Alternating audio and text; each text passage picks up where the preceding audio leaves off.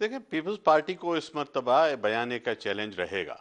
उसकी एक वजह यह है कि जो पिछली पीडीएम हुकूमत जिसका वो हिस्सा रहे, उनकी तमाम परफॉर्मेंस को सिर्फ नवाज लीग पे नहीं डाला जा सकता। पीपल्स पार्टी उसका एसेंशियल पार्ट थी। तो जो महंगाई या दूसरी जिन भी चीजों पे पीपल्स पार्टी आज कमेंट करेगी, उससे सवाल तो होगा कि आप तो उस सिस्टम का हिस्सा थे। लिहाजा अब बयानिया क्या बनेगा, मुझे ये लगता है कि अब एक बयानिया बनेगा ये कि नवाज लीग लाडला है, नवाज शरीफ लाडला है, एक उसको पिच किया जाएगा। दूसरा मेरा ख्याल है कि जो 18वीं तरमीम पे जो नवाज लीग के लोगों के कुछ बयानात आए हैं, उन्होंने एक और बयानिया क्रिएट कर दिया है पीपल्स पार्टी के लिए कि देखें ये पूरा सिस्टम जो आ रहा है, ये 18वीं तरमीम और 7वें एनएफसी अवार्ड को रिवर्स करेगा, जो कि सूबे खुद मुख्तारी के एस्पिरिट के अगेंस्ट है। तो पीपल्स पार्टी ज्यादातर मुझे लगता है कि इस मरतबा इन चीजों को फोकस करेगी, और साथ में इस मरतबा कैंपेन में फ्रंट पे रहेंगे बिलाल भुट्टो साहब। और वो जो नौजवान क्यादत वाला एक नया बयानिया भी वो सामने रख रहे हैं कि ये बाकी पुराने लोग अब सियासत नहीं कर सकते, सियासत बदल गई, अब नई क्यादत को आना है, लिहाजा मैं अब एक ऑप्शन हूं। तो मुझे लगता है कि पब्लिक में अब ये बयानिया पीपल्स पार्टी लेके जाएगी। कितना रेस्पॉन्स आएगा, मैं फॉर एग्जाम्पल अगर सिंध के कंटेक्स में कहूं, तो सिंध में पीपल्स पार्टी को एक एडवांटेज और एक डिसएडवांटेज। डिसएडवांटेज ये है कि पीपल्स पार्टी की 15 साल की कारकर्दगी कोई बहुत शानदार नहीं रही। जहां उन्होंने कुछ चीजें की हैं जो बताते भी हैं, टर्शरी हेल्थ की चीजें बताते हैं, रोड नेटवर्क की बताते हैं और इस तरह की चीजें, बट अगर बहैसियत मजमूई आप 15 बरस की कारकर्दगी देखें तो सिंध का कोई शहर पैदल घूमने के काबिल नहीं है, किसी शहर और गांव में पीने का साफ पानी आज भी नहीं है, और बहुत सारे मसाइल हैं जिसकी वजह से सिंध के अंदर पीपल्स पार्टी की गवर्नेंस से लोगों को बड़े कंसर्न्स हैं। लेकिन जो एडवांटेज है उसको वो ये है कि नवाज लीग और पीटीआई दोनों ने कभी सिंध को ओन नहीं किया पॉलिटिकली स्पीकिंग। उनका पाकिस्तान जीटी रोड से शुरू होकर जीटी रोड पे ख़त्म हो जाता है। वो सिंध में टाइम लगाते नहीं है, सिंध में पॉलिटिकल इन्वेस्टमेंट करते नहीं है, इलेक्शन से 2 महीने पहले आके एक शुरू करते हैं जीडीए वगैरह के साथ अलायंस। तो लिहाजा पीपल्स पार्टी के सामने कोई मजबूत हरीफ नहीं है। सिंध की कॉम्प्रेस पार्टियां पार्लियामेंटी पॉलिटिक्स में बहुत स्ट्रांग नहीं है।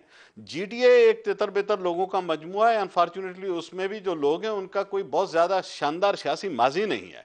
तो ये एक एडवांटेज है पीपल्स पार्टी को सिंध में, जिसका वो हमेशा फायदा लेती है, और इस मरतबा भी लगता है कि उसका उसको फायदा मिलेगा। अब देखिए, पीपल्स पार्टी के वो जो स्लोगन है, पाकिस्तान के आज की जरूरत फिर भी वहीं खड़ी है।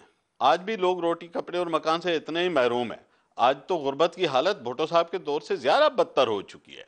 सिर्फ सैलाबों के बाद पिछले दो साल में देख लें, इन्फ्लेशन का हाल देख लें। छठा हफ्ता है जो मेन आइटम्स हैं 40% इन्फ्लेशन पे मेंटेन्ड है, लोगों की जिंदगियां बर्बाद होकर रह गई। तो नारों में तो रेलेवेंस है, लेकिन उन नारों, उन चेहरों और उन क्यादतों पे लोगों का एतमाद और यकीन खत्म हो जाए। आज जो गड़ी खुदाबख्श में मोहतरमा बेनज़ीर भुट्टो की बरसी है, उस बरसी में मोहतरमा को याद तो किया जाएगा, लेकिन मोहतरमा नहीं है। मोहतरमा भी नहीं है। मोहतरमा के ज़माने के पॉलिटिकल सियासी जो इक़दार थे, जो वैल्यूज़ थे, जो रिवाज था, वो भी नहीं है। रही बात बयानिए की जो आप पूछ रहे हैं, तो बयानिया तो इक़्तिदार के हवाले से वही है कि सरे दस्त वो सारी बातें जो इस्टेब्लिशमेंट के ख़िलाफ़ होती हैं उसके बारे में पीपल्स पार्टी को अपना बयानिया देना होता है। लेकिन उस बयानिए में हमने देखा है कि पाकिस्तान पीपल्स पार्टी समेत तमाम पॉलिटिकल पार्टियां एक दूसरे का गला पकड़ने में माहिर हो जाती हैं, और वो नया रिवाज और नया कल्चर जो है वो पैदा करती हैं। मैं समझता हूँ कि इस बयानिए में सबसे बड़ा नुकसान जो है वो आवाम का होगा, और इलेक्शन में गहमा गहमी का होगा, और इलेक्शन में दिलचस्पी पर बहुत बड़े मुज़र असरात पड़ेंगे, और लोग इलेक्शन की जानिब उस तरह मबजूल नहीं होंगे, उनकी तवज्जो उस तरह नहीं होगी जैसे 1988 में थी, 90 में थी, 93 में थी, 97 में थी या उसके बाद थी।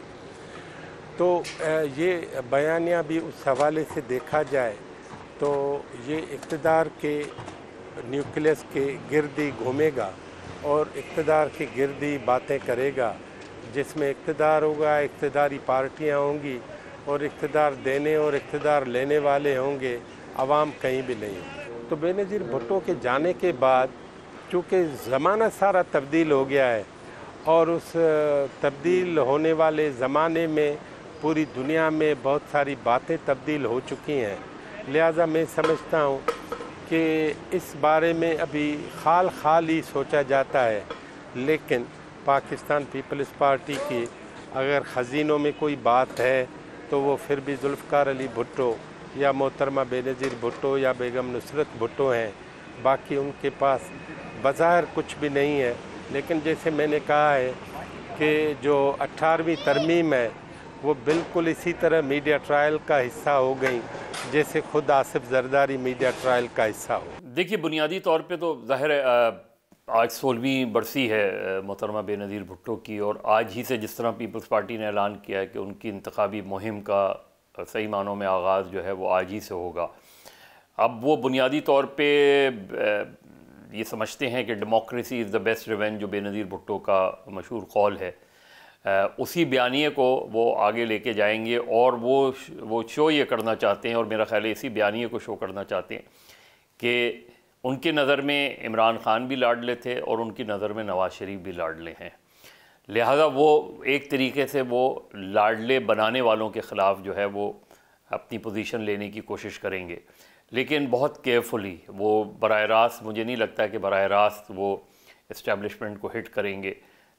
वो बेसिकली अपने लिए भी स्पेस चाहते हैं, लिहाजा वो किसी भी तरीके से कॉन्फ्रंट्रेशन वाली पॉलिसी तो नहीं अडॉप्ट करेंगे। जो इस वक्त पीपल्स पार्टी के चेयरमैन हैं बिलावल भुट्टो और को चेयरमैन आसिफ अली जरदारी साहब, वो बुनियादी तौर पे ये चाह रहे हैं कि पीपल्स पार्टी को अगले जो इलेक्शन आम इंतखाबात हो रहे हैं 8 फरवरी को, उनके नज़दीक पंजाब में उनको इंतज़ामिया की और इस तरीके से उनके साथ ज़्यादतियाँ हो रही हैं जिस तरीके से इमरान ख़ान साहब कह रहे हैं, इसी तरह वो। तो बेसिकली वो उनका टिल्ट बिल्कुल यही होगा, जब वो लाडले को अटैक करेंगे, जब वो लाडला कहेंगे, चाहे नवाज़ शरीफ को कहें, और उनके बयानात से ये ज़ाहिर भी हो रहा है कि वो ये समझ रहे हैं कि नवाज़ शरीफ साहब एक लाडले बनकर आ रहे हैं। ज़ाहिर है मुस्लिम लीग नून इसे रिफ़र करती है।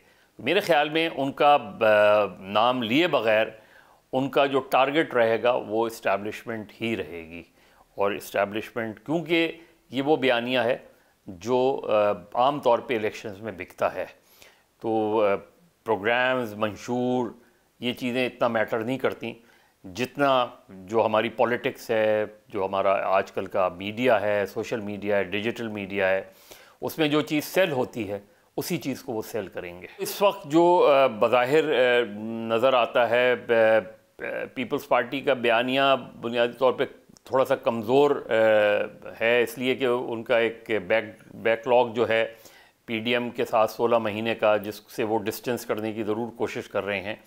लेकिन उनका बुनियादी तौर पे उनका जो इस वक्त सिंध है, पीपल्स पार्टी ज़्यादा फोकस सिंध पे ही कर रही है और सिंध में मैक्सिमम सीट्स हासिल करने की। और ये मैं सिर्फ रूरल सिंध की बात नहीं कर रहा, इवन अर्बन सिंध में उनकी पोजीशन निस्बतन मादी के मुकाबले में बेहतर है, और उसकी वजह यह है कि मीरपुर ख़ास सखर में उनका मेयर है, मीरपुर ख़ास में उनका मेयर है, हैदराबाद में उनका मेयर है, कराची में उनका मेयर है। तो वो एम ये कर रहे हैं कि उनको यहाँ से सिंध से इतनी सीटें मिलें कि अगर पंजाब, खैबर पख्तूनख्वा, बलूचिस्तान से कम नशस्तें मिलती हैं, जिसके इम्कान है कि उन्हें बहुत ज़्यादा नशस्तें नहीं मिलेंगी, तो वो कम से कम इस पोजीशन में हों कि वो ज़्यादा जब इलेक्शंस हों और एक स्प्लिट मैंडेट आए, तो स्प्लिट मैंडेट में सबसे स्ट्रॉन्ग बारगेनिंग पोजीशन उनकी हो। ये बेसिकली पीपल्स पार्टी का अगले आम इंतखाबात के लिए जो फोकस है वो ये है।